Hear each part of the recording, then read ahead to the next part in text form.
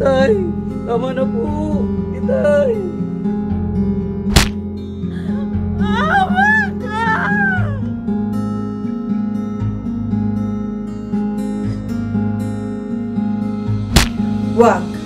Huwag mo kaming saktan.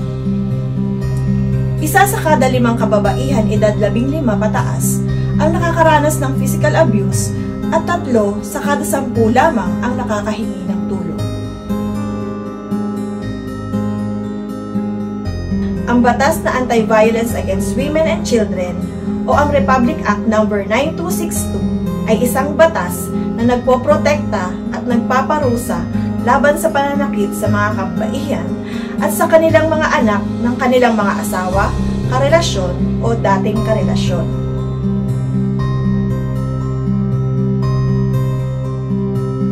Ang mga pananakit na may kinalaman sa physical violence, emotional at psychological violence, sexual abuse, at economic abuse ang nasasaklaw ng batas na ito.